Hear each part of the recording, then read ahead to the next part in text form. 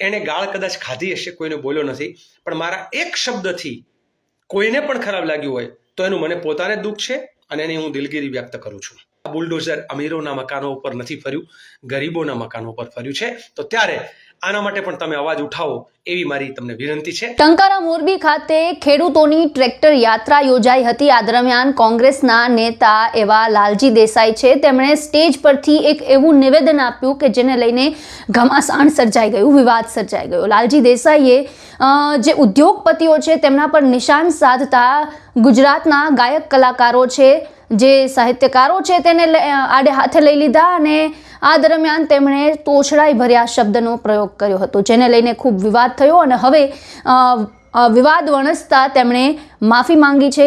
શું કહ્યું છે લાલજી દેસાઈએ, સાંભળો. નમસ્કાર, વંદે માતરમ, જય હિન્દ સાથીઓ. આજે અનેક જગ્યાએથી ફોન આવ્યા, ઘણા બધા ટીવી ને એના દ્વારા અને પછી કલાકારોના અમુક વિડીયોઝ ને એવા. મોરબી અને ટંકારામાં મેં મારા ભાષણ દરમિયાન જે અદાણી ગુજરાતી, અંબાણી ગુજરાતી એ મુદ્દાને લઈને મેં જે ભાષણ કરેલું, એ સમગ્ર ભાષણમાં હું જ્યારે એમ કહેતો કે ભાઈ આ પ્રકારની એક છે ને કે ભવાઈ કરે છે, અને ભવાઈને ઘણા લોકો એવું માને કે ભવાઈ પણ આપણે ત્યાં એક છે કે ભાઈ તમે બે જણ વચ્ચે બહુ વિવાદ થાય, તમે કે મૂકને રામાયણ, એનો મતલબ આપણે રામાયણને ગાળ નથી દેતા. બે ભાઈઓ, બે પરિવાર વચ્ચે કંઈક ઝઘડો થાય તો કે મહાભારત સર્જાણું, તો આપણે મહાભારતને ગાળો નથી દેતા, કારણ કે એ શબ્દ પ્રયોગ છે. એમ જ્યારે કોઈ પણ હદ વખરના વખાણ કરે અથવા ન હોવાનો દેખાવ કરે ત્યારે આપણે ભવાઈ કરી એવું પણ કહેતા હોય છે, કારણ કે કલા છે. અને હું પોતે જે છે એ 90થી 2000ના ગાળામાં અનેક જગ્યાએ બહેનોના મુદ્દા ઉપર, જમીનના અધિકારના મુદ્દા ઉપર જે છે એ રંગમંચમાં રંગલાના પાત્રમાં મેં કામ કર્યું છે, સૂત્રધારના પાત્રમાં કામ કર્યું છે. એટલે કોઈ કલાકારને હું કોઈ દિવસ ગાળ દઈ પણ ના શકું. અમે અનેક ગીતો ગાઈએ છીએ, ખેડૂતોના, પશુપાલકોના, આદિવાસી દલિતો ઉપર થતા અત્યાચારોના, અનેક જગ્યાએ લોકોના હક માટેના ગીતો ગાઈએ છીએ. અમારી આખી ટીમ છે, એટલે હું કોઈ દિવસ કલાકારો વિશે કોઈ અઘટિત બોલી જ ના શકું. પરંતુ ત્યાં ઉતાવળમાં, એટલે કે ને ભાષણના એક આક્રોશમાં મારે એમ ભવાઈ શબ્દ કહેવું હતું, એની પહેલા એક શબ્દ જે બોલાઈ ગયો કે જે મારા સંસ્કારમાં નથી, અને એના વિશે મેં સ્ટેજથી ઉતર્યા પછી તરત મારું ધ્યાન ગયું કે હું આવું બોલાયું. અને આમ તો તમે સ્ટેજ ઉપર જ તમે જોશો તો જેવું હું એ શબ્દ બોલ્યા પછી તરત જ ભવાઈ શબ્દોનો મેં ઉપયોગ કર્યો. એટલે કોઈએ પણ જે છે એ બેસતી પાઘડી આપણે કહેવાય ને એમ ન પહેરી લેવી, એમ કોઈએ બેસતી ટોપી પણ ફિટ બેસતી ન પહેરી લેવી. કોઈ પણ કલાકાર વિશે વ્યક્તિગત ટિપ્પણી નથી, કલાકાર જગત વિશે ટિપ્પણી નથી, પરંતુ આ શબ્દથી મેં પોતે જ મારા પરિવાર સાથે પણ ચર્ચા કરી કે ભાઈ આ નોર્મલી મારી ભાષામાં સ્લીપ ઓફ ટંગ ના થાય. અને અગાઉ હું જે પણ બોલ્યો છું એ બહુ જ જોઈ વિચારીને સમજીને બોલ્યો છું. અહીંયા એક શબ્દ સ્લીપ ઓફ ટંગ થયો કે જે મેં તરત જ સુધાર્યો, અને એનું મને પોતાને ખેદ છે, મને પોતાને દુઃખ છે કે મારાથી આવો શબ્દ કેમ બોલાણો, અને એના લીધે કદાચ કોઈને ખરાબ લાગ્યું હોય, કોઈ કલાકારોને એમ લાગ્યું હોય. આજકાલ તો પણ જો કે આકાબાની ઘણી કેસેટો આપણે સાંભળીએ તો ખબર પડે કે લોકો એમ કે છે કે માફી મગાવો વિડીયો, તરત જ માફીના વિડીયો જે છે એ લોકોએ કરવા પડે, આવી આખી એક માનસિકતા થઈ ગઈ છે કે કંઈક બોલ્યું એટલે આજકાલ જે અમારી જાતિ વિશે બોલ્યા, અમારા ધર્મ વિશે બોલ્યા, અમારા કલાકાર વિશે બોલ્યા, અમારા રાજકારણી વિશે, આ જે આખી એક માનસિકતા છે, બધા જ લોકો આપણે એકબીજાના પેલા વિરોધમાં. મને લાગે છે કે સહનશીલતા, મને અનેક કડવા અનુભવો થાય છે. અનેક લોકો મારા ફેસબુક ઉપર ગાળો લખી હોય, ભૂતકાળમાં એવું બન્યું છે જ્યારે કોઈ સ્ટેન્ડ લઈએ ખૂબ લોકો ગાળ લખે છે, અને કેવી ગાળ લખે, કેવું લખે કે જેની આપણું એટલે કાનના કીડા જે છે ને અંદર પેલા થઈ જાય એવી, છતાં સહન કરીએ છીએ. રાજકારણમાં છીએ, સહન કરીએ છીએ, જાહેર જીવનમાં છીએ, સહન કરીએ છીએ. એટલે હું એટલું કહીશ કે જે વ્યક્તિ તરીકે હું ક્યારેય ગાળ કોઈને નથી બોલ્યો, જન્મથી લઈને અત્યાર સુધી, એણે ગાળ કદાચ ખાધી હશે, કોઈને બોલ્યો નથી, પણ મારા એક શબ્દથી કોઈને પણ ખરાબ લાગ્યું હોય તો એનું મને પોતાને દુઃખ છે, અને એની હું દિલગીરી વ્યક્ત કરું છું.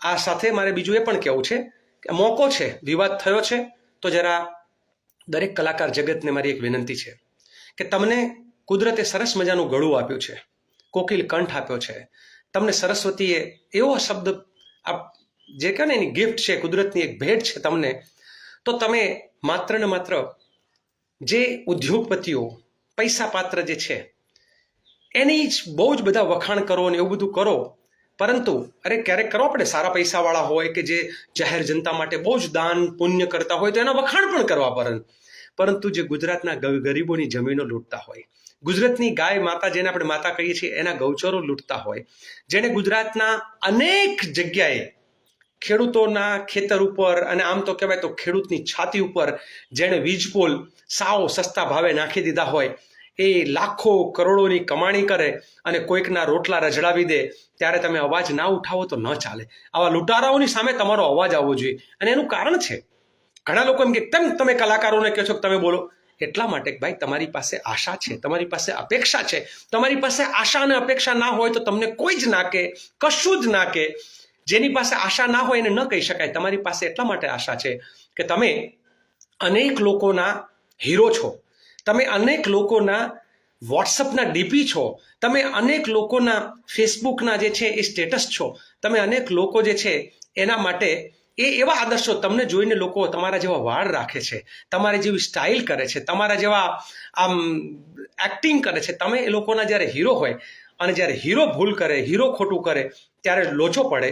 અને એટલા માટે હું એમ કહું છું કે તમને આપેલી શક્તિ, તમને જે કુદરતની ગિફ્ટ મળી છે એનો ઉપયોગ જે છે એ ક્યાંક જસદણની બેન દીકરી ઉપર જ્યારે બળાત્કાર, નાની 9 વર્ષની દીકરી કે એનાથી પણ નાની ઉપર એ રેપ થાય ત્યારે એકાદો અવાજ ઉઠાવો.